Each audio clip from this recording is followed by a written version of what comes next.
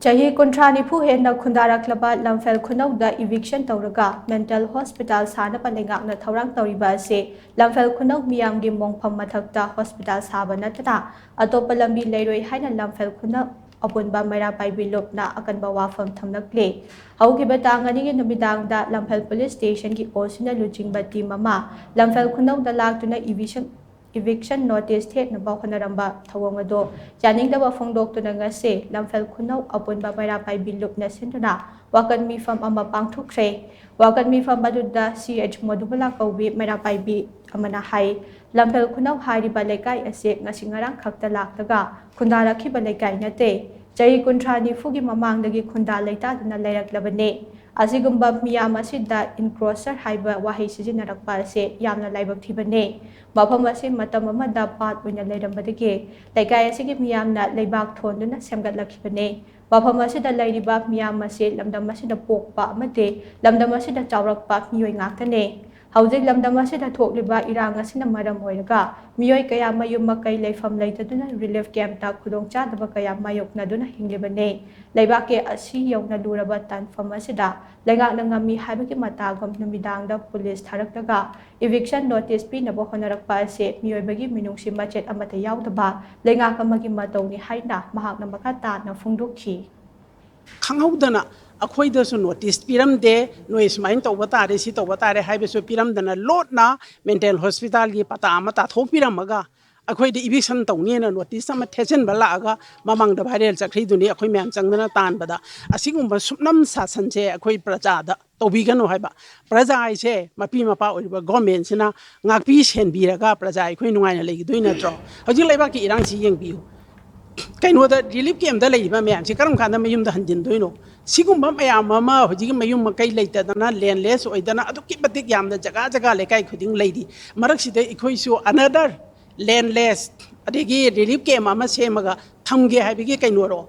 asmaina praja da otlo olaga leiraga di kayam koina government so chalai ba yani masigumba sunam sapsam dictator gi thabak se aina power pai haiduna aina tawba ngami haiduna ne namduna tawba se akhoi da tawbi ganu haijage maramdi akhoi se si thado akana karai de lei haibnu akhoi leifam ama sembi ga dawribra masi tawdana akhoi da sigum thabak se amu hanna tawbi ganu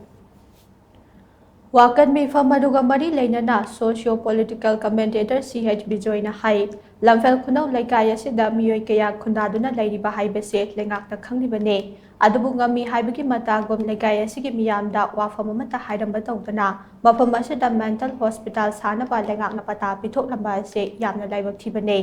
Lamphel Khunou gi akoiba mapham singda khaslen kaya ama leide khaslen sing asida hospital sabagi mahut mi leinariba laikai ase khudakta takthoknaga hospital sagani haiba leingakki wareba side political gi oiba akhuba meeting da yengdaga target tawrakpani haina lawe mapham ase court ki case amasu leibaga loinana case adugi hearing tha asigi mapanda leidibane pumnamak ase nathairamnaga leingakna eviction notice tharakpa ase logi wangmada chatharakpa thawong amane court ki order matung inna leingakna thabak tawbiyo maduna tadana karigumba namhaduna eviction tawnaba honaraktabade legai asigi miyamna siba phawba kidana mayoknarakane maduna tholakpa afafadagi tekchak pumnamak leingakna pugadabani haina CH Bijoyna section wasu thamlakli mi leriba lekai sigam chawna ma tariba chawdra ka chu masida mental hospital saba je si mi mayam ji ayaba karinta larum dino yam samna le masi akhoi vendetta gi politics ne ba mental hospital was sida not sabam le trabo akhoi he mamang sida lampam le amaning sida lampam le khaslen ngakne sida sage haida na mi le atam na torai se masi politically targeted ne ba sinna te ba sungya yaroi ba are was torai mawong sina akhoi court case lainari tawnari laiba tangna panjida magi honasagi magi hearing tabani